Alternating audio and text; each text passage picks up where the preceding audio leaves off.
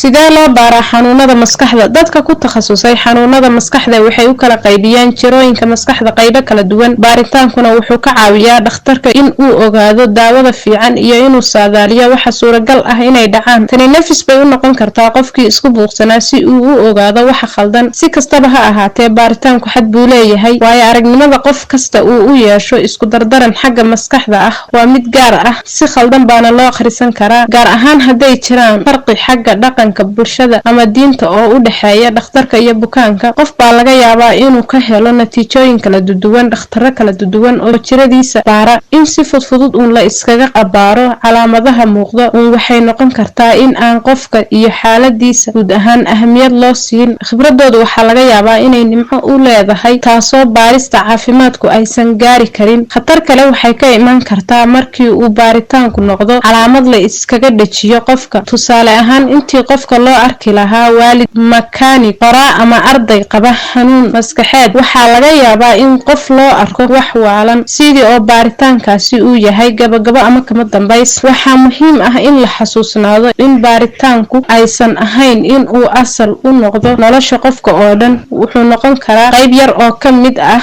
taariikhda qofka ama shakhsiyadiisa. Waxaa laga yaabaa in si buuxda looga raysto xanuun xagga maskaxda ah. Dad badanina wayba ka raystaan. Marmarka qaarkood dadku waxayba ka soo baxaan khibradaas iyagoo intii hore iskala weyn. Qaarna way soo dhaafaan dhibka intiisa badan, laakiin xanuunka khatar bay ugu jiraan, wuuna ku soo noqdaa. Dhakhaatiirta maskaxdu si sugan uma saadaalin karaan waxa qof kasta ugu dambayn doono. In laga raysto xanuunada maskaxda intooda badan waa suuragal. Nasiib darro, dadka qaar baa loo sheegaa inaysan raysan karin. Hadallada noocaas waxay noqon karaan bukaanku sugayay, waayo waxay ku sii qancinayaan rajo la'aantii uu qabay. Waxaa muhiim ah inaan marnaba la isdhiibin wax kasta lagugu sheegay.